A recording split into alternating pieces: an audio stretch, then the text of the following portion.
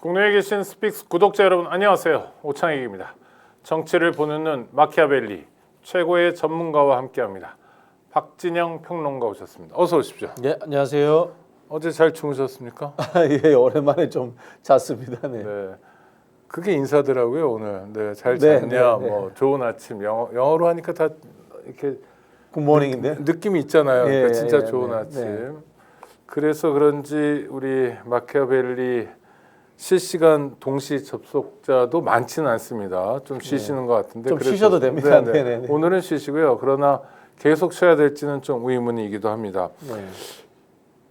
일단 마지막까지 윤석열답다 이런 평가가 많은데요. 비루, 치졸, 네. 또 뭐라 그러나 사악, 교활. 뭐 웬만한 나쁜 형용사는 다 갖다 붙여야 될 것 같아요. 네. 제가 형용사 안 쓰는 걸로 유명한 사람인데 윤석열에게만큼은 나쁜 형용사들을 검색해서 다 한번 찾아봤습니다. 네. 비루하다는 표현이 그나마 가장 적절했던 것 같아요. 네. 그러니까 체포영장을 들고 가니까 네. 더 이상 경호처 직원들도 말을 안 들고 왜냐하면 법의 요구니까 네. 대통령의 명령이나 대통령의 요구를 쫓을 수는 없으니까요. 그러니까 자진 출석하겠다. 그것 좀 회개예요, 그것도. 그거 아닙니까? 범죄자가 수갑 탁 채우니까 난 자수야. 수갑이 딱 들어오기 직전에 난 자수할 거야. 나 지금부터 자수라고. 난 지금부터 자수야. 참. 그리고 이 사람이 원래 말하기 좋아하는 사람인데 진술 거부권을 행사했어요. 며칠 가겠어요? 네, 네. 내 이야기를 들어보니까 수사 관련되는 것들은 이야기를 하지 않으면서 오히려 이 후배 검사들이지 않습니까? 네네. 후배 검사들에게 또 뭐 왈왈왈 거리면서 검사의 태도 그런 이야기는 지적했다라는 이야기도 있습니다. 네. 그러니까 신변 잡기에는 그렇죠. 네. 뭐 말을 마음대로 하고 또 네. 휴식 시간도 뭐 저녁에 2시간 반을 쉬었다고 하니까 네. 공수처 입장을 크게 탓할 건 아닌 거죠. 그렇죠. 공수처 네. 입장에서는 뭐 진술 안 하는 피의자 놓고 할 수 있는 것도 많지 않았을 네, 테니까요. 네. 아마 저는 한 이틀 버티다가 본인이 떠들고 싶어서 이야기할 거라고 봐요. 네. 이 사람한테는 묵비권도 무건 수행 아닐까요? 그렇죠. 말하는 것 재미로 사는 사람, 자기 마음대로 떠들고 남의 이 소통은 아무런 관심도 없는 사람. 그렇기 때문에 저는 곧 말할 거라고 봅니다. 저는 오늘 오전에 공부하다 왔는데 네. 책임이란 단어에 대해서 강사 선생님이 말씀해 주시더라고요. 책임이라는 게 이제 일단 듣는 것부터 시작된다. 뭐 네, 영어나 뭐 독일어나 이쪽 다 어원이 그렇다 이런 강의였는데 근데 윤석열은 대통령이랑 굉장히 우리나라에서 가장 무거운 자리에 앉아 있으면서도 누군가의 말을 듣는 것하고는 너무 먼 거리에 있고 쏟아져 나오는 일화가 네. 뭐 2시간 만나면 1시간 59분, 58분 동안 혼자 떠들었다. 이런 얘기만 자꾸 나오잖아요. 원래 리더십의 출발이 경청이라고 합니다. 경청. 네. 경청이라는 게 귀 기울여 듣다라는 뜻을 넘어서서 존경의 마음으로서 듣는다. 이런 뜻입니다. 특히 민주적 리더십일수록 국민의 목소리, 상대방의 목소리를 잘 들어줘야지만이 다양한 의견들을 소화해서 통합적인 리더가 될 수 있다. 이게 이제 경청의 리더십이라고 하는데요. 유명한 일화가 있죠. 그 우리 장기판의 초한지 네네. 유방과 항우가 싸울 때 유방은 부하 장수들에게 어떻게 하면 될까요? 라고 늘 물어봅니다.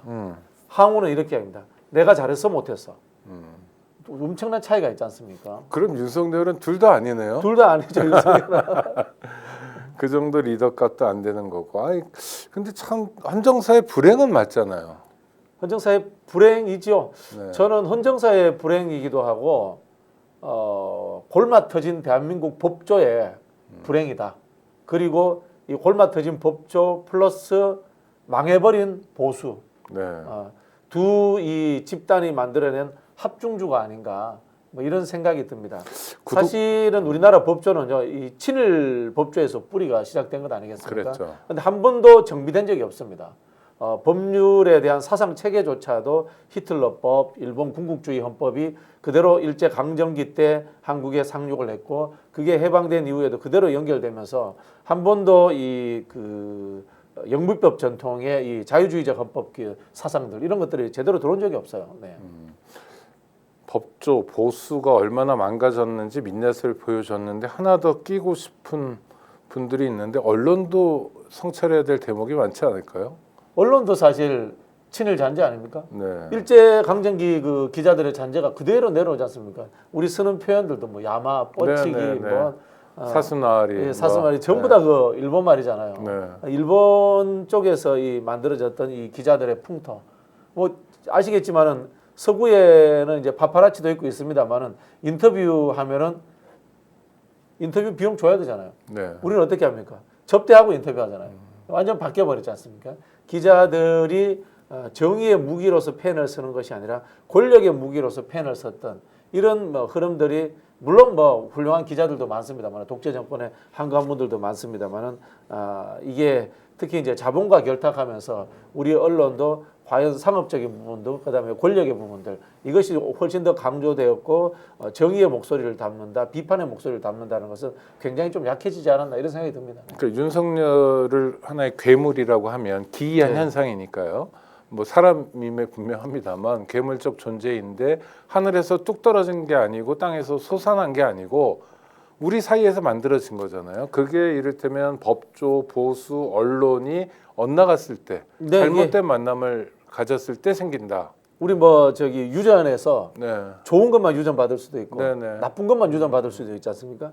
나쁜 것들이 다 모여서 만들어졌다. 네. 그런 생각이 드는데요. 언론도 조선일보, 그다음에 뭐 사실인지 아닌지 모르겠습니다만 중앙일보 이 경영자가 윤석열을 찍었다. 뭐 이런 이야기 있었지 않습니까? 네. 그건 언론이 분명히 여기에 책임이 있다는 겁니다. 언론사 경영 능력은 유전됩니까?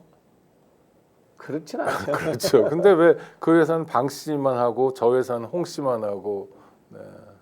그 우리나라 언론이 제대로 언론이겠어요? 네. 그러다 보니까. 네. 알겠습니다. 근데 언론 중에 그래도 조선이나 중앙은 자기네 회사 이익만 추구하더라도 약간의 염치는 조금은 있어 보이는데 폼은 좀 잡죠. 네네. 네. 그런 것도 전혀 없는 언론이 무슨 데일리자 들어가는 언론들이 요새 갑자기 포털에 보이더라고요. 무슨 이데일리, 스카이데일리 이런 언론. 이거 글쎄요. 정체가 있나요 이게? 저는 뭐 이런 언론사 저도 만들 수 있을 것 같아요. 이거는 언론사라기보다는 저는 기획사에 가깝지 않나 네. 이런 생각해 그 봅니다. 우리 이상한 분도 지금 댓글을 달고 계신데 뭐 중앙선관위 연수원에서 중국인 99명 체포해서 오키나와로 이송 뭐 이런 게 뭡니까 도대체? 뭐 가짜 뉴스죠. 네. 가짜 뉴스죠. 이게 근데 그러니까, 가짜 뉴스 유포로 처벌받지 않나요? 이 정도 되면은 그러니까 이게 그러면 아니 이게 되게 하나 하나가 다 황당해가지고 그렇죠? 네네네. 선거 연수원에서 중국인들이 연수를 받았다 99명. 근데 그 사람들을 왜 미국을 보내고 아니 일본을 보내고 미군 기지에 보내는지 뭐 이거는 수준이 네, 그러니까 이거 거의 AI도 이렇게 안 쓸 것 같은데요. 네, 뭐라고 해야 됩니까? 참 기가 차네요. 자, 뭐 40년 전에 어디 유언비어 유비통신 이 수준이라고 이렇게 봐야 되겠는데 경기 수원시 선거관리연수원에서 수원시에 선거관리연수원이 없는 걸로 알고 있는데요, 저는. 뭐 그렇다 치더라도 12월 3일이 개헌 당일이잖아요. 내란의 밤에 예. 그때 선거관리연수원이 한미 군 수원으로 당국이 수원으로 옮겨 설 수 있겠네. 네, 아니, 전에는 저기 서울시내 한복판에 있었는데 옮겨 설 수 있겠네요. 당국이 체포하고 네네. 뭐 도대체 뭐 근데 뭐 체포까지는 좋은데 주일 미군 기지로는 왜 보내요? 그러니까요. 이건 더 기가 차네요. 중국 네. 간첩을 체포했으면은 우리 정부에서 검찰로 이송하거나 이렇게 해야 되지 국정원으로 이송하거나 해야 되지 왜 주일 미군 기지로 보내는지 황당무계한 수준의 이야기를 하고 있네요. 근데 이런 거를 이제 사람들로 하여금 믿게 하려고 네. 뭐 극단적인 일부 소수의 사람이라도 쓰는 기재들이 이를테면 미군도 같이 움직였다 뭐 이런 요소를 네네네, 넣잖아요. 네네네. 그리고 이 사람들이 굉장히 중요한 체제, 한미일 체제를 파괴하는 사람이기 때문에 우리가 아니라 미군 기지로 보냈다. 오키나와에 있는 뭐 이런 식인데 그럼 내란의 밤 때 미군도 같이 준동을 했나요? 이거요 사실 심각하네요. 우리 사회가 네. 어쨌든 과거보다는 민주화됐잖아요. 네. 그렇지만 과거에 이게 군사 독재 정권 시절에 용어로 표현하자면 유언비어 날포죄입니다. 그렇죠. 유언비어 날포죄에 해당될 수 있고 이거 국가의 국익을 해치는 거기 때문에 이거 국가보안법 사항입니다. 네. 극단적으로 적용하면은 이것 자체가 미국의 이익을 침해할 수도 있고요. 물론 뭐 중국이 우리하고 동맹 국가는 아닙니다만은 중국도 우리가 국교가 수립된 국가이기 때문에 중국의 이익도 침해할 수 있고요. 그럼으로써 한국의 외교적 입지를 축소시킬 수 있기 때문에 우리나라의 이익관계를 해치는 안보관계 이익관계를 해치는 이것은 제가 보기에는 국가보안법 수준입니다. 이 정도는. 아니 그리고 저 형법상 내란 선동죄도 되고요. 네네. 그래서 우리 구독자 여러분들 뭐 그렇게 이미 그렇게 하시고 계신 분들이 많겠지만 우리가 주로 포털을 통해서 뉴스를 보잖아요. 그러니까 네. 내가 봐야 될 언론사를 미리 뭐 MBC니 뭐 한겨레니 이렇게 정해 놓는 게 제일 좋고 그걸 안 하시더라도 기사를 읽을 때 이게 어느 언론사에서 주는 기사인가를 먼저 보시는 게 되게 중요할 것 같습니다. 스카이 데일리라는 회사인 것 같은데요. 이게 뭐 포털 같은 경우 자체 다 심의위원회가 있을 겁니다. 네네. 자체 심의위원회에서 언론 게재가 안 되도록 하는 조치가 취해져야 되지 않나 뭐 이런 생각이 들고요. 이거 볼 때마다 생각하는 게 뭐 문재인 정부 때 우리 좀 비판 좀 해야 될 것 같아요. 왜 저 징벌적 손해배상제도 네. 이런 거 도입 안 했는가, 네. 언론개혁 미비했는가 이런 부분들에 대해서 좀 비판 좀 해야 될 것 같다라는 생각이 들고요. 네, 이때 또 사람 하나 찍어서 이야기해야 되는데 그때 언론개혁 방해했던 민주당 국회의원이 있는데 요즘은 떨어졌는데 어디 가 있는지 모르겠네요. 누구죠? 갑자기 생각이 안 나는데 이럴 땐 좀 실명으로 들려주셔야. 근데 실명은 이야기하지 않겠습니다. 어렵습니다. 예, 선관위가 있다는 지역하고 겹치네요. 네. 왜 생각이 안 날까요? 수원 지역의 어떤 국회의원이었나 보죠. 네, 알겠습니다. 하여튼간에 해야 될 일을 안 하면 이런 악의씨가 뿌려지고 이런 것들이 국민들을 계속 괴롭히는 거였고요. 뭐 어떤 정치적 현안을 선과 악으로 구별하는 거는 지나치게 거칠 수 있습니다만 윤석열 내란 사태 이후에는 정말 선악으로 구분하는 게 오히려 정확하다 이런 판단도 좀 들더라고요. 시정 일관 선의 그랬죠. 개념이 뭐냐, 악의 개념이 뭐냐라는 부분인데요. 선이라는 것은 보편적 선을 이야기합니다. 정치에서는 네. 진보에게도 선이고 보수에게도 선인 거 이게 우리가 아는 이제 보편적 선이거든요. 그럼 국민의힘은 악이고 민주당은 선이냐? 그건 아닙니다. 제가 봤을 때는 네. 이 정당이라고 하는 것은 권력 획득을 목표로 하고 있기 때문에 이게 선악의 개념이 아니라 사실은 이익 개념도 존재할 수 있는 거고 전략 개념도 존재할 수 있는 거거든요. 그럼 뭐냐? 보편적 선이라는 것을 추구해야 된다. 뭐 이렇게 봐야 되고요. 언론 개혁에 적용하면 마찬가지입니다. 문재인 정부 때는 우리가 칼자루를 쥐고 있으니까 언론을 우리 마음대로 쓸 수 있다 이런 생각을 가지니까 언론의 이 뭐라고 합니까 사주 중심이라든가 이사의 숫자가 적은 것들 이거 그대로 둘 수 있단 말이에요. 그러나 최악의 상황을 대비한다면은 그걸 사실은 민주적으로 국민들 속으로 줘버려야 돼요. 그걸 안 한 거 아닙니까? 결국은 민주주의라는 것이 최악의 상황을 막는 누가 오더라도 독점하고 독식하지 못하는 한 명이 다 못 먹게 만드는 것. 이게 민주주의의 본질이거든요. 그렇죠. 민주주의의 본질이라는 것이 내가 힘을 가져가지고 내가 좋은 방향으로서 생각하는 것, 내가 생각하는 것이 가치적 선이다라고 생각하고 이것을 가지고 몰아붙일 수 있는 힘을 가지자. 이건 민주주의가 아닙니다.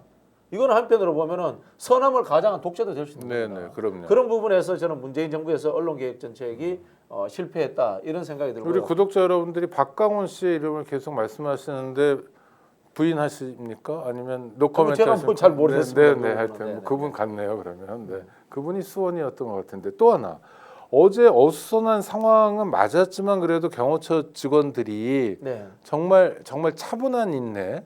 그 내란의 밤에 국회로 쏟아져 나온 군인들하고도 비슷한 모습이었어요. 실력이 있어도 네. 그 실력을 독재자를 위해 쓰지 않겠다. 헌법과 법률 체계에서 일하는 나는 공무원이다. 이런 의식들이 있었던 것 같아요. 그래서 인간 그렇죠. 스크럼도 안 썼죠. 네. 네. 첫 번째는 본질적으로 이분들이 이제 제복 입은 민주 시민입니다. 네. 특히 공직에 근무하는 고위직 말고 중하위직 공직자들 같은 경우는 셀러리맨 정신과 공직자 정신을 같이 갖고 있습니다. 이 말은 집단지성을 발휘하기도 하고요. 그다음에 이 내가 국가의 공무원으로서 무엇을 해야 되는지 누구에게 충성해야 되는지 이해하고 있다는 겁니다. 개인에게 충성한다, 조직에게 충성한다. 틀렸습니다. 국민에게 충성하는 것이 공무원의 본분이다라는 말씀을 드리겠고요. 그리고 이제 제가 셀러리맨 이야기를 했는데요. 이거는 한편으로 보면 이제 노동의 정치학의 측면이 있는데요. 조직화된 월급 생활자들, 임노동자들이라고 하죠. 이런 사람들은 상대적으로 민주적 훈련이 되어 있습니다. 네. 왜냐하면 숫자가 많으니까 늘 일을 하려면 회의도 해야 되고 토론도 해야 되고요. 그리고 또 지휘 체계도 존재하고요. 이런 부분들에서 저런 극단적인 이 독재자의 유도에 끌리지 않을 가능성이 상당히 많다. 이 말씀을 드리겠고요. 특히 요즘 들어가지고는 뭐 군인, 경찰 이런 분들도 과거하고 달라가지고 무식한 상명 하복 체계에서는 많이 벗어나 있습니다. 그러니까 40년 전에는 통했을 네네. 명령이 네, 2024년, 25년에는 통하지 않는 모습을 우리가 확인하고 있고 네네, 그 중에 가장 군기가 엄정하다는 경호처도 네네. 대통령이 총 쏘라고 해서 쏘지는 않는다. 그렇죠. 그러나 대통령을 지켜야 되는 상황에서 쏴야 된다면 네네. 본인은 쏘겠지만 그렇죠? 원래 이 경호처의 원칙이 네. 대통령이 위험할 시에는 몸을 던져서 자신의 몸으로 총을 막는 것 이거라고 저는 네네. 들었습니다.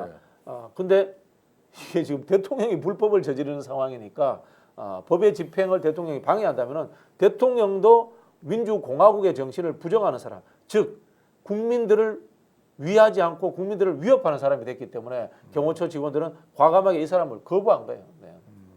언젠가 어떤 대통령이 경호처 직원들의 이제 그런 시연을 보면서 울었다. 네네네. 울음의 의미가 여러 가지가 있을 텐데 하여튼 저렇게 몸을 만들려면 얼마나 고생을 했을까. 네네네. 내가 뭐라고 저렇게까지 나를 지켜주나 뭐 이런 여러 가지 감정이 들었던 그렇죠. 이제 거잖아요. 훈련의 모든 것이 자신의 목숨을 지켜주기 위한 것이기 때문에 네. 감동받았을 수 있고요. 안 그래도 이번에 나왔던 이야기 중에 하나가 뭐 생일 때 그 풍선 만들었다부터 해가지고 함정에서 파티했다 노래 불렀다 이런 이야기 있지 않습니까? 네, 해군 함정도 가고요. 예, 그런 네. 이야기 있는데요. 경호처 직원들은 그런 일을 해본 적이 없대요. 네. 보통 경호처 직원들은 행사를 하면 무술 대회 이런 걸 한답니다. 무술 대회도 하고 말씀드린 것처럼 요인을 어떻게 지키는지 시범도 보여주고 이런 것들이 이 사람들이 하는 이벤트이고 남들에게 돋보이고 싶은 건데 이거는 뭐 광대도 아니고 장기자랑 경호처 시키고. 직원들한테 네. 장기자랑 시킨다. 참 김건희스럽다. 윤석열스럽다. 그런 생각이 듭니다. 그래서 오히려 경호처 직원들이 합리적으로 판단하기가 더 쉬웠던 거 아닐까 싶기도 해요. 뭐 그런 이야기들을 하더라고요. 네. 뭐 용현파, 건희파, 아, 뭐 이런 이야기들도 있었고요. 그 과거의 관례로서 고위직까지 가지 못하는 사람들이 네. 뭐 그 자리까지 가기도 했고요. 뭐 그다음에 또 이 경호처는 이 피라미드 구조이기 때문에 위로 올라가면 자리가 줄어든답니다. 그래서 그렇겠죠. 중간에 그만두고 네네. 나온답니다. 네. 그러면은 제가 듣기로는 과거에는 배려해서 이제 좀 공공 쪽에 이제 다른 자리로 가는 것들도 배려를 해주고 이런 것들이 많이 있었다고 하는데 이 정권 들어서는 뭐 그런 부분들이 엉터리였다. 뭐 그런 이야기가 나오더라고요. 네. 언론 얘기 하나만 더 하면 어제 하여튼 어수선한 상황인데 오보가 쏟아졌습니다. 첫 번째는 뭐 누군가가 분신 사망했다 이런 것도 있었고요. 네네. 또 하나는 그 강경파라고 했던 사람인데 그 경호처장 대리를 했던 경호차장이 체포돼서 지금 압송 중이다. 네? 네네. 뭐 처음엔 경찰 버스에 탔다 이런 거. 이런 오보들은 왜 이렇게 쏟아질까요? 속보 경쟁이죠. 아, 속보 경쟁이고 그 다음에 언론이 이제 뭐 상업적이다 이런 네. 부분들도 있고요. 저는 더 큰 문제는 뭐 참 죄송합니다만은 기자들이 수준이 떨어지니까 해프닝 찾기, 가십성 찾기, 네. 사건 사고 찾기 여기에 집착하는 거 아닌가라는 생각이 듭니다. 어느 순간에 이 지면 기사에서도요 정치라든가 경제 관련해서 기획 기사가 사라졌어요.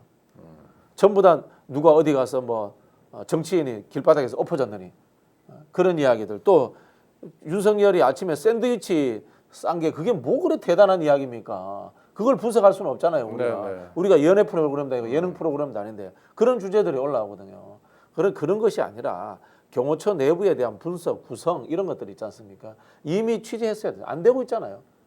경호처 직원이 몇 명인지 언론에서 제대로 다룬 거 못 봤습니다. 네. 부처가 어떻게 나눠져 있는지 물론 뭐 국가 기밀이기 때문에 안 나올 수도 있습니다만 과거에 있었던 것들 충분히 자료 검색하고 취재한다면 나올 수도 있습니다. 그런 건 안 하고 전부 다 뭐 햄버거 먹었느니. 그리고 또 하나는 그럼 경호법이라도 좀 읽어보고요. 그렇죠, 그렇죠? 그렇죠. 네. 경호법상에 이게 그 대통령 직속으로 되어 있는데 대통령이랑 네네. 헌법기관에 경호실장도 아니고 네네. 이 구조는 좀 취약한 게 아니냐. 네네. 왜 경찰이 이걸 맡지 못하냐. 네네. 이런 개혁은 없었냐 하면서 좀 공부도 해보고 그러면 네네. 앞으로 내란 이후의 경호처, 대통령 경호실은 어떻게 가야 될지도 제시하면 네. 되게 좋은 기사가 되잖아요. 우리 사회를 풍성하게 만들고. 그럼 이제 분석하는 게 싫기도 하고 기본 네. 공부가 안 된 거죠. 그거 한다고 뭐 월급 더 주는 것도 아니고. 이런 이야기하면 뭐 꼰대스럽다 이야기할 수 있겠습니다만은 옛날 그 송건호 선생이나 성유보 선생님 같이 책 쓰고 학술을 연구하는 기자 요즘 본 적 있습니까? 네. 없습니다. 제가 보기엔 제일 길게 쓰는 기사 쓰는 분이 한겨레 신문에 그 성함이 기억이 안 나는데 뭐 기획 기사 쓰는 분이 있지 않습니까? 정치부 대기자. 성한용. 성한용 기자. 네. 뭐 그 정도 외에 기획 기사 길게 쓰는 사람들 본 적이 없습니다. 그게 뭐냐면요.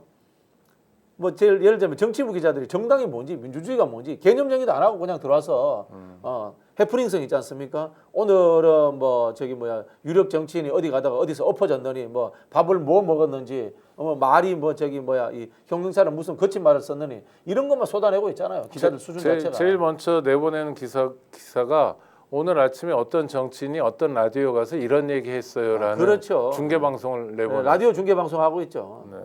정말 한심합니다, 기자들. 한심합니다. 자, 윤석열 어떤 심경이었을까요? 어제 밤에는 혼자서 외로웠을 텐데. 네. 글쎄요. 아니 그래도 독방이기 때문에 감옥에 들어간 상황에서는 네. 경호처 직원들하고 말 섞기도 불가능하고 네. 교도관이 뭐 그 앞에 서 있는 것도 아니고 문은 닫혀 있고 혼자만의 시간을 보내야 되고 또 하나는 뭐 이거 사진도 나오는데 텔레비전이 있긴 한데 네네. 저게 보통 20시 정도에 꺼주거든요. 20시 30분, 그러니까 8시 뉴스까지만 좀 보여줘요. 네네네. 그다음부터 안 틀어지지가 않아요. 일찍 자야 되겠네요. 그러니까요. 네. 근데 뭐 책이라도 또 봐야 될 텐데. 근데 평소 책 보는 사람도 책 보는 아니잖아요. 사람도 아니고 심심하겠네요 일단. 술도 없고 네. 말벗도 없고. 술 좀 주지 그래요. 뭐. 그거 규정이 안 돼요. 그렇습니까? 감옥에서 술 줄 수는 없는데 그래서 그런지 오늘 오전에는 조사를 못 받고 오후에 받겠다고 그랬다가 지금 또 말을 바꿔서 네. 조사 안 받겠다고 하는데요. 이거는 뭐 입만 열면 다 거짓말이니까 뭐 믿을 수가 없죠. 자 당장 거짓말한 거 보십시오. 끝까지 싸우겠다고 해놓고는 유혈 사태가 우려돼가지고 내 발로 나가겠다고 했잖아요. 네. 그 경호처가 안 지켜주니까 나오는 거잖아요. 아니 그것도 그 전까지는 총 쏴서 총 뭐 쏴서 칼을 예. 휘둘러라 하던 예. 사람이 그것도 거짓말이죠. 그러면 네. 또 뭡니까? 헌법재판소 변론에 본인이 직접 출석하겠다고 그랬잖아요. 네. 그것도 또 안 나옵니다. 다 거짓말이죠. 일단 이 사람 이야기를 믿을 맞아요. 수가 없어요. 출석한다고 그랬다가 출석하면 잡아갈 것 같아서 네. 못 간다고 그랬다. 이미 잡혔으면 이미 잡혔으면은 사실은요 네. 이게 외출 개념이 있기 때문에 네. 오히려 좋아할 수도 있어요. 네. 근데 또 안 나간다고 하잖아요. 그렇죠. 감옥에 있는 사람은 변호사 접견이건 뭐건 간에 밖에 밖으로 나오면 나오면 좋아하죠. 그럼 좋은 일이죠 무조건. 네. 지금 아니 근데 말들을 멋있게 몇 마디 했어요. 이를테면 지금 상황에서 내가 임기 2년 반 더 하는 게 뭐가 더 중요하냐 뭐 이런 얘기도 했고. 뭐 자기가 못하는 게 아니라 법률적으로 지금 탄핵돼서 못하는 겁니다. 그 다음에 하야한 것도 아니고. 정권 재창출 얘기도 했어요. 그건 저는 의미 있다고 봐요. 네. 끝까지 이거를 이제 좌우 대립의 문제, 뭐 좌우는 아닙니다만은 민주당과의 갈등의 문제로 치환시켜 가지고 극우층들 준동시키고 그 과정에서 뭐 또 다른 뭐 유혈 사태나 내란이 일어났으면 내가 풀려날 수도 있지 않나 뭐 이런 기대감도 있을 것 같고요. 그리고 대선에서 국민의힘 후보가 이기면은 빨리 사면 될 수도 있다. 이런 기대감을 저는 품고 있는 것 같습니다. 윤석열은 지금 처벌되는 것이 헌법과 법률에 의해서 처벌되는 것이지 민주당에 의해서 처벌되는 것이 아닙니다. 네. 민주당은 형사권적인 집행권도 없고 그리고 사법부가 아니기 때문에 법률적으로 윤석열을 단죄할 수도 없습니다. 윤석열은 이 상황을 계속해서 호도하고 있습니다. 그런 얘기를 전해준 사람은 다 국민의힘 의원들이었어요. 한남동 똑같은 생각을 갖고 있는 자들이죠. 네네. 그러면서 윤석열이 했던 얘기는 당의 지지도가 지금 올라오고 있어서 내가 끌어올린 거다, 그렇죠? 그래서 이렇게 올려놓고 가서 다행이다, 뭐 이런 얘기를 했어요. 그러니까 윤석열이 역대급 지지율을 대형 사고를 쳐서 만들어 줬다. 뭐 그걸 자랑하고 싶은 모양이에요. 근데 다음 주부터 빠질 겁니다. 네. 아니 그 지지율이라는 것도 사실 의심할 만한 여론조사 회사, 네, 의심할 만한 매체에서 의도적으로 한 거 아니냐? 아니 첫 질문이 윤석열을 지지합니까 안 합니까? 이렇게 질문하는 여론조사 회사가 세상에 어디 있어요? 네. 그러면 윤석열 지지하는 사람은 바로 끊어버리죠. 그런 말을 들었던 사람들 중에 네. 곧 국민의힘 국회의원 중에 누군가는 울면서 윤석열에게 큰 절을 했다고 하는데 네. 이거 어떻게 평가해야 됩니까? 큰 절. 뭐 공천 챙겨줬는 모양이죠. 그 전에 네. 그 의리로. 네, 공천을 받을 가능성이 없는 사람, 실력도 없는 사람, 정당성이 없는 사람인데 윤석열 부부에 의해서 공천을 받았다. 그렇다면은 뭐 큰절 한번 할 수도 있지 않나 그런 생각이 듭니다. 과거에 뭐 전두환한테 가서도 큰절한 사람들 많았잖아요. 원희룡, 그거 다, 원희룡 이익 기억나네요. 챙겨 받았으니까 큰절한 것 아니겠습니까? 네. 아니 근데 큰절이라는 게 이게 왕도 아니고 사실 네, 네. 국회의원이나 뭐 또는 저 대통령이나 다 선출직 공직자잖아요. 네, 대표해야 될 국민들이 있는데 새벽부터 큰절하고 이런 거는 조금 왕정사고죠. 네. 왕정사고인 게 우리 국민들도 그런 게 이제 오해하시는 분들이 있는데 국회의원이 대통령보다 낮은 사람 네. 이런 생각을 하는데 낮은 사람이 아닙니다. 범주가 다른 곳에 있는 사람, 영역이 다른 곳에 있는 사람들이고 집합명사로서의 국회와 국회의원은 절대 대통령보다 낮지 않습니다. 네. 견제와 감시 기능을 한다라는 다른 영역에 있는 사람이다. 이렇게 저는 말씀을 드리고 싶고요. 그래서 제가 이제 최근에 뭐 국회의장 하다가 대통령 나오는 이야기 나오는데 좀 반대합니다. 명확히 반대합니다. 왜냐하면요, 국회의장도 올라갈 수 있는 끝까지 국가의 어른까지 간 사람입니다. 네. 그런 사람이 옆으로 점프해서 대통령이 되겠다라는 것은 저는 적절치 못하다라고 근데 생각합니다. 문재인 정부에서는 국회의장 했던 사람이 국무총리를 했잖아요. 그것도 넌센스죠. 아, 저는 뭐 있어서는 안 될 일이다 이런 생각을 합니다. 국회의장은 대통령의 못지않은 버금가는 국가의 어른입니다.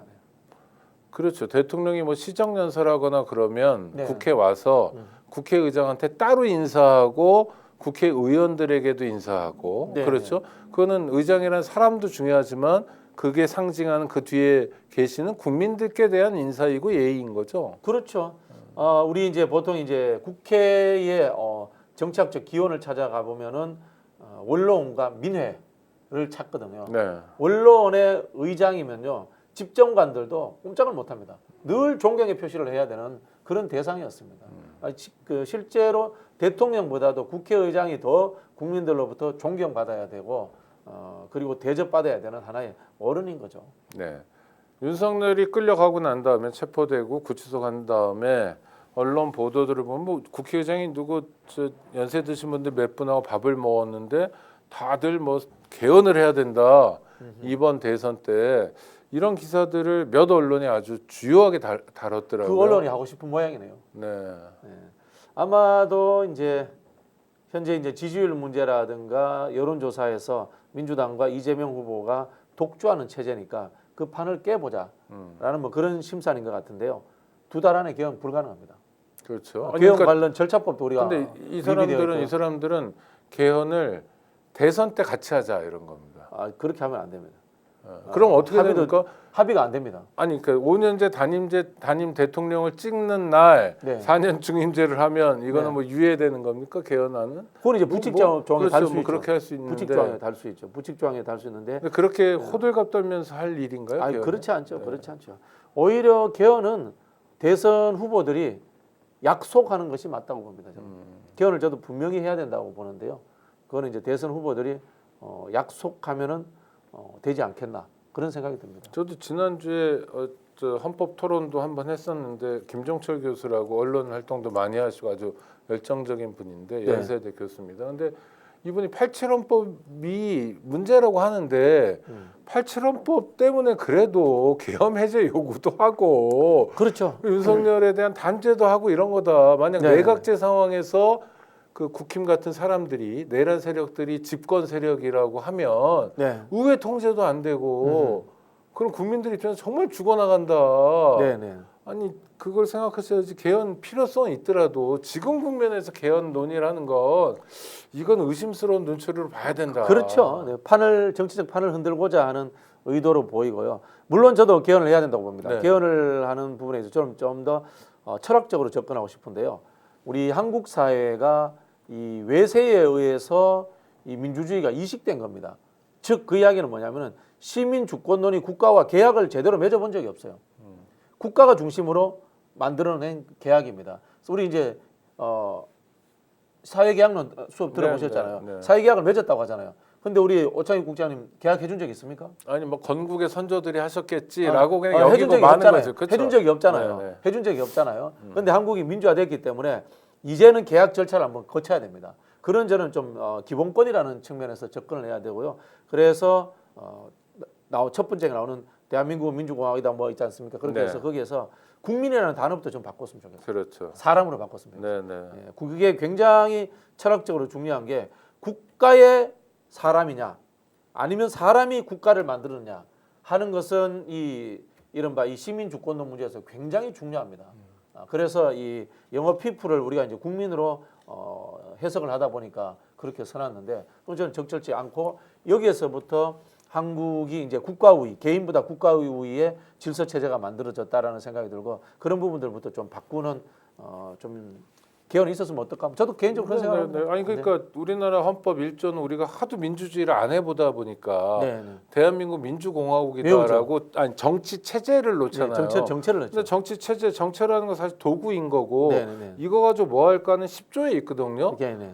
모든 국민은 첫 번째는 인간으로서의- 사람이 들어요. 사람이. 인간으로서의 존엄과 맞습니다, 가치를 가지면 맞습니다. 행복을 추구할 권리를 가진다. 네, 네. 독일 헌법에서는 그게 1조거든요. 네, 네, 네. 모든 인간은 불가침에 네, 네. 존엄하다. 맞습니다, 맞습니다. 인간을 미국 건드려 헌법은- 인간에게 총질을 해 예, 이런 거. 미국은 신의 나라로서의 뭐가 내려와서 네, 네. 인간이 뭐 이런 이야기를 쫙 네, 하잖아요. 네. 그래 인간의 천부인과는 이는 신으로부터 받은 네, 것이다. 네, 네. 뭐 이런 이야기들 하거든요. 그래 이제 우리 헌법이 정체부터 나오니까 독일 시대의 그 과거 이제 히틀러 헌법, 바이마르 헌법 이런 것이 잘못 차용됐다라는 이야기를 하고 있죠. 국가 주도를 담고 있죠. 그러니까 이제 박진영 평론가께서도 그런 얘기를 포함한 네네네. 개헌 논의는 절실히 필요하다. 네네. 네, 그 다음에 뭐 또 국회의 기능을 좀 강화한다든지 뭐 여러 가지 얘기. 그럼 뭐 그쵸? 예를 들자면 지방자치 같은 거 잘하자. 감사권이 뭐. 네네. 행정부에 있는 거 이거는 난센스죠. 그러니까요. 집행하는 사람이 감사권을 같이 가진다 말이 안 되죠. 국회가 그럼 왜 존재합니까? 우리 사회가 다 민주화가 그 정도예요. 이사장님이 감사를 임명해서 그렇죠, 그렇죠, 나를 그렇죠. 감사해봐 친구 그렇죠, 데려다 네. 놓고 네. 이런 거는 하지 말자. 우리가 이제는. 물론 문제도 있습니다. 대한민국 정치인들 수준이 워낙 저급하니까 네네. 이게 사실은 국회의 권한을 강화했을 때 오히려 민원 청탁이나 풀고 이런 오해가 생겨날 수도 있습니다. 네, 네. 그럼에도 불구하고 구더기가 생기더라도 장을 담글 때는 담아야 됩니다. 네. 그런 개헌 논의는 필요한데 지금 개헌을 이야기하는 건 불순한 의도다. 불순한 잔꾀다. 네, 알겠습니다. 국민의힘으로 한번 가보겠습니다. 사실은 초상집 분위기여야 되는데 뭐 권성동 같은 사람이 약간 감정이 우울한 것 같기도 한데. 그 사람은 예의 없는 사람이에요. 제가 아 그렇습니까? 네. 아니 뭐 저기 일성이 네. 이재명 대표, 박찬대 대표 시원하십니까? 이게 뭡니까 이게? 기본적인 예의도 안 갖춘 사람이에요. 네. 이렇게 이야기하죠. 우리 당 소속의 대통령의 불미스러운 일로 국민들에게 우려를 끼쳐 죄송합니다. 최소한 이 정도는 시작을 해야죠. 제가 이제 이른바 TK 출신 아닙니까? 네네. TK 사람들이 왜곡된 측면도 있습니다만은 염치, 경우 이런 걸 굉장히 중요시 여깁니다. 체면. 네, 체면, 네네네. 염치가 있어야죠 사람이. 그 모든 상황들에 대해서 나의 잘못, 나를 되돌아보는 것들을 이야기하고 상대를 비판해야죠. 민주당 비판해도 됩니다. 그러나 자기 집 마당에 누란이 쌓여 있는 것을 모르면은 이거 정말 염치 없고 체면 없는 사람이죠. 그 무슨 윤석열이 문학하는 사람도 아닌데 불법의 불법 이렇게 얘기하는데 이런 거에 국민의힘도 지금 동조하는 거죠. 많은 의원들이 그래서 저 어제도 체포되는 상황에서도 한남동으로 달려갔던 거고요. 네. 나경원이 윤석열보다도 네. 뭐 일단 극우 지지층들 눈치를 보는 것이고요. 두 번째는 이익 본 사람들이 있습니다.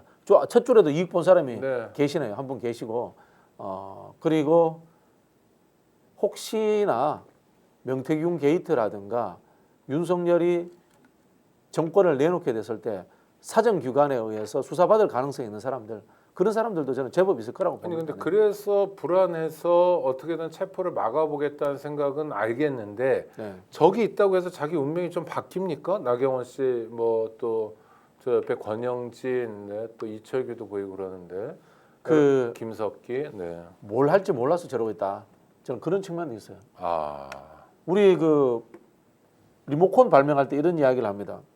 게으른 사람이 리모컨 발명한다고.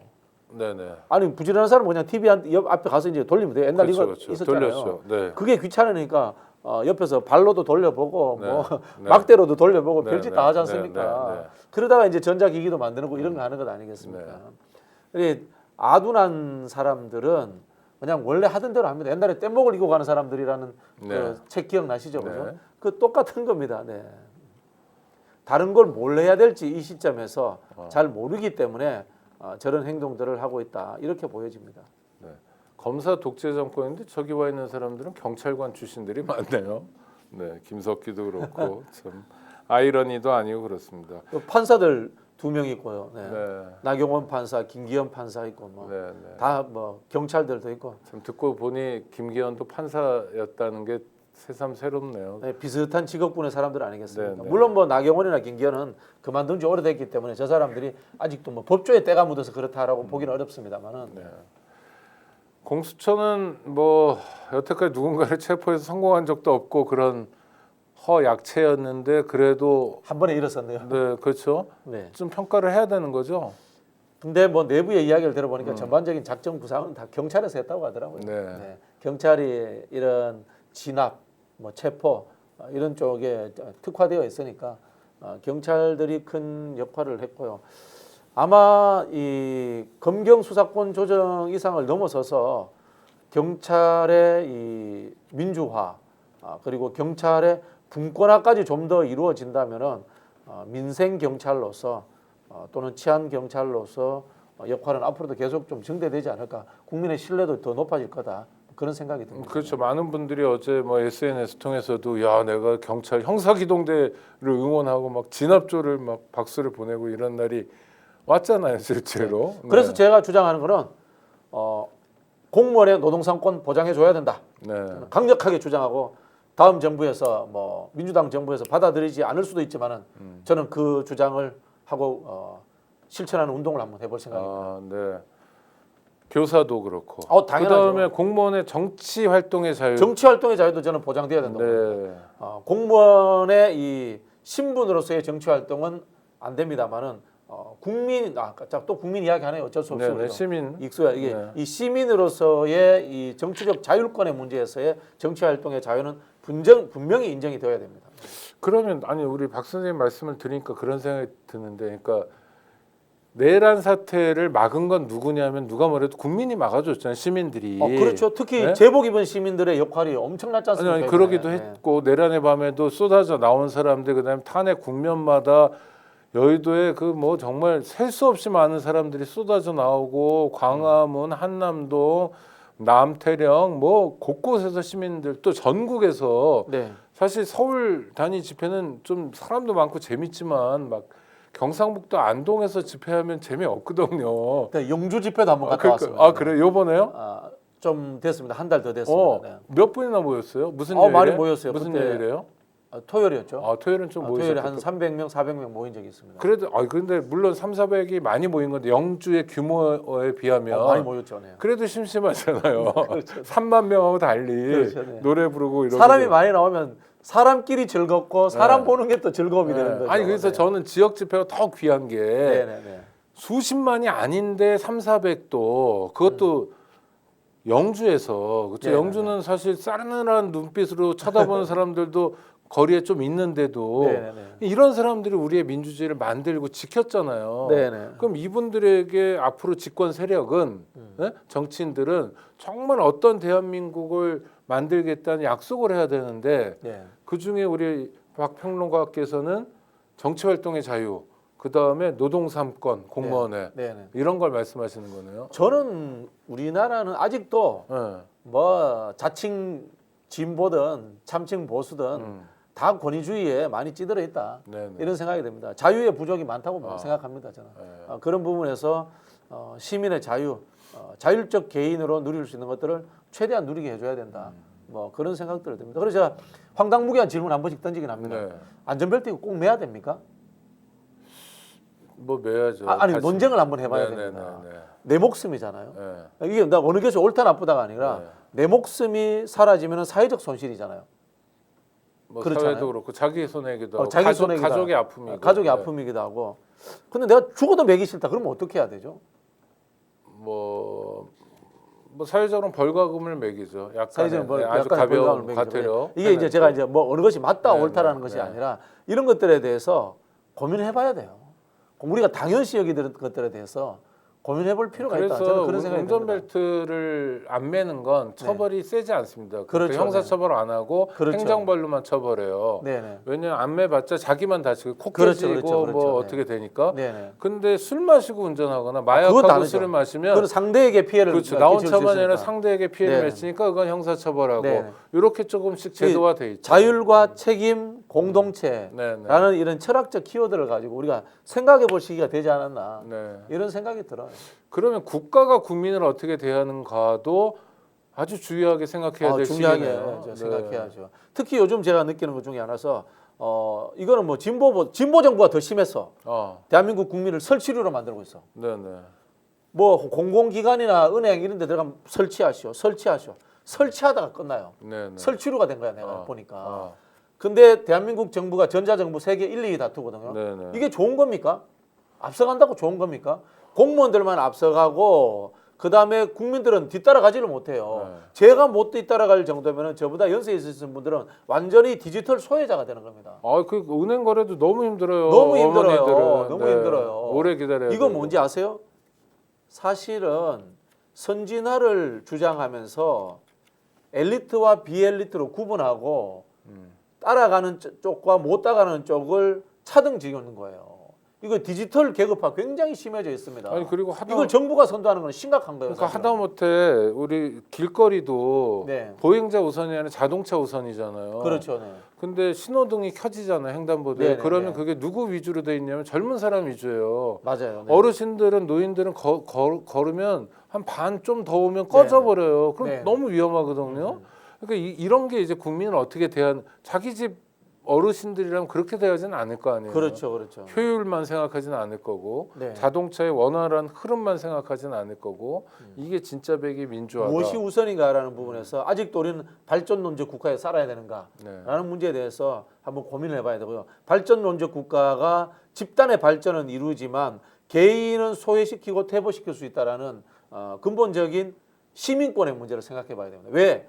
민주주의 국가라고 하는 것, 공화정이라고 하는 체제는 근본의 출발이 개인의 시민권을 보장하기 위해서 만들어진 겁니다. 그 훌륭하고 위대한 영웅인 카이사르를 브루투스가 암살한 이유가 있는 겁니다. 네. 왜 암살했죠? 공화정을 해치려고 했기 때문에. 독재를 하니까. 독재를 하니까. 네. 사실은 독재가 유능합니다. 독재가 유능할 수도 있습니다. 민주주의는 피곤합니다. 짜증납니다. 속도가 붙지 않습니다. 그러나 민주주의를 해야 하는 이유는요. 능률 비능률의 문제가 아니라 인간의 본질적인 기본권을 지켜주기 때문에 민주주의를 해야 되는 겁니다. 오전에 강의를 들으니까 할 말이 더 생기는데 소크라테스가 악법도 법이다 이렇게 알려져 있는데 소크라테스는 네, 헛소리한 거죠. 아니죠. 그 전에 네. 민주정에서 이제 30인정으로 독재 체제가 됐을 때 민주정의 지도자들을 체포하라는 지시를 소크라테스가 받았는데 이행하지 않아요. 왜? 네네. 말도 안 되는 잘못된 거니까. 네. 그래서 이행하지 않았다고 처형될 뻔했다가 네. 독재정이 빨리 무너지는 바람에 목숨을 연명하게 되거든요. 그러니까 이 사람은 지키지 않을 법은 목숨을 걸고 안 지켰던 사람이에요. 네. 지켜야 될 건 지켜야 되고. 그러니까 법 자체가 중요한 게 아니라 그걸 왜 지키냐, 왜 안 지키냐, 지키는 행동을 하냐, 안 지키는 행동을 하냐가 중요했던. 그러니까 여태까지도 우리 귀에 남아 있는 사람이 되겠죠. 근데 뭐 소크라테스도 민주정의 옹호자는 아니었어요. 네. 거기 소크라테스도 사실 뭐 플라톤과 더불어 가지고 이른바 이제 철인 정치를 주장했던 사람이죠. 네. 하여튼 우리 체제가 지금 생각할 건 대통령의 임기 따위를 생각할 게 아니라 네. 대한민국이 대한민국 국민에게 어떤 나라여야 하는지를 그렇죠. 생각하는 네. 이를테면 희망의 전국, 네. 새로운 전국이 돼야 된다. 대선은 열리겠죠, 조기 대선은? 뭐 열리겠죠. 그래서 좀 네. 담론의 정치가 다시 좀 돌아왔으면 좋겠어요. 어느 순간부터 담론의 정치가 없어졌어요. 그 이유는 간단합니다. 정치인들이 수준이 떨어져서 그래요. 네. 정치인들의 수준이 떨어지니까 강론과 아이디어 싸움으로 그 다음에 이벤트 싸움으로 정치가 바뀌고 맙니다. 좀 굉장히 거기에 대해서 뭐 개인적으로 불쾌하게 저는 생각합니다. 그래서 이 담론의 정치는 두 가지입니다. 정치의 영역은 시민권과 민주주의를 어떻게 좀 더 강고하게 보장할 것인가라는 문제. 네. 그리고 경제의 영역에서 거시경제적 차원에서 얼마나 국민을 복되게 잘 살게 할 것인가의 문제. 이 두 가지에 대해서 큰 그림을 그릴 줄 아는 리더들의 이 경연장이 되었으면 좋겠어요. 현실적으로 그럴 가능성은 많지 않지만 그래도 우리가 자꾸 이야기하다 보면 네네. 다만 한 걸음이라도 그쪽으로 가겠죠. 그래서 저는 민주당이 네. 국민의힘이 하고 있는 저런 저질 정치에 맞장구를 안 쳤으면 좋겠어요. 아, 말을 섞지 마라. 말을 아예. 섞지 말았으면 좋겠어요. 네. 그것도 방법이네. 네, 말을 안 섞었으면 좋겠어요. 그리고 말이 안 돼요. 말이 안 돼요. 네, 네, 네. 어떻게 섞기가 불법에 네, 네. 불법에 불법 이러면 어떻게 섞어야 되는지. 아니 뭐 간단하죠. 뭐 윤석열이 군대 출동시켰는데 그게 불법이냐 아니냐 이런 근본적인 질문만 하고 네. 더 이상 말 섞을 필요가 없을 것 같아요. 그러니까 윤석열이라는 텍스트를 놓고 그걸 분석하면 잘 분석이 안 되는 경우가 분석이 안 되죠. 많잖아요. 네, 네, 네. 상식적으로. 네, 네, 네. 그러니 거기다 말 섞는 것보다는 국민들과 함께 우리의 새로운 시스템을 어떻게 짤 건가, 네. 국민을 위한 안전한 체제를 어떻게 만들 건가를 고민해 달라. 네. 그리고 내란 사태가 일단락된 건 아닙니다만 그래도 하여튼 윤석열 체포로 또 한 고비를 넘었잖아요. 그렇죠. 탄핵 소추로 한 고비, 또 체포로 한 고비, 탄핵 인용으로 한 고비, 뭐 이렇게 가고 또 내란 수사가 마무리되면 또 한 고비일 텐데 그래도 길거리에서 정말 추운 밤에 고생 많았던 우리 시민들, 동료 시민들께 한 말씀 해주시죠. 마무리하겠습니다. 시민의 나라입니다. 시민들이 지키셨고요. 그리고 시민들이 지킨 것에 대해서 저는 당연히 돌려받을 것은 돌려받아야 된다고 생각합니다. 다음 정부는 시민의 권리를 좀 더 획기적으로 신장시키고 그리고 시민들이 좀 더 잘 살 수 있는 나라를 만드는데 최선의 노력을 기울이는 정부가 들어왔으면 좋겠다라는 말씀을 드리고 싶고요. 촛불 정부가 촛불 시민들을 다 끌어안지 못했습니다. 그러나 다음 정부는 우리 키세스 초콜릿 시민들의 모든 요구들을 같이 받아 안고 가는 그런 혁신적인 정부가 되었으면 좋겠다라는 말씀 다시 드리겠습니다. 네, 1월 15일 역사는 아주 중요한 날로 기억할 겁니다. 대통령이든 누구든 법의 지배를 받아야 된다. 이날의 주인은 대통령이 아니다. 대통령이라는 자리는 권능을 휘두르는 자리가 아니라 무거운 책임을 지는 자리다. 대통령도 잘못하면 누구라도 감옥에 갈 수 있다라는 원칙을 확인한 아주 중요한 날이었다고 생각합니다. 고생하셨고요. 설이 얼마 안 남았네요. 소중한 분들께 특별한 선물 어떠십니까? 광화문 살롱에서 전 쿠키 선물 세트를 준비했습니다. 굴비, 애호박, 새우튀김, 마들렌, 표고전, 복주머니 등 귀엽고 깜찍한데 맛과 영양도 뛰어난 쿠키. 전 쿠키 세트가 큰 거 대짜는 27,000원이고요. 작은 거 소짜는 11,900원에 판매 중이고 재미있는 포장을 원하신다면 2,000원만 추가하시면 보자기로 정성스럽게 포장해서 보내드리겠습니다. 그다음에 네. 선물이 아니더라도 개인적으로 쿠키를 좋아하시는 분들 또 꼭 구매하셔도 한번 드셔보셨으면 좋겠습니다. 그러니까 네, 갑자기 올라와가지고요. 죄송합니다. 네. 이번 명절은 센스 있는 선물로 전화문의 053-573-8200 단체 주문은 010-9284-2184 주문은 우리 스픽스 하단 고정 댓글 혹은 더보기에 스픽스 스토어 링크 누르시면 바로 구매 페이지로 연결됩니다. 스픽스 스토어에서 판매 중인 전 쿠키 선물 세트 많은 관심 부탁드립니다. 구독자 여러분 함께해 주셔서 감사하고요. 마키아벨리는 또 다음 주에 찾아뵙도록 하겠습니다. 고생하셨습니다. 감사합니다. 감사합니다.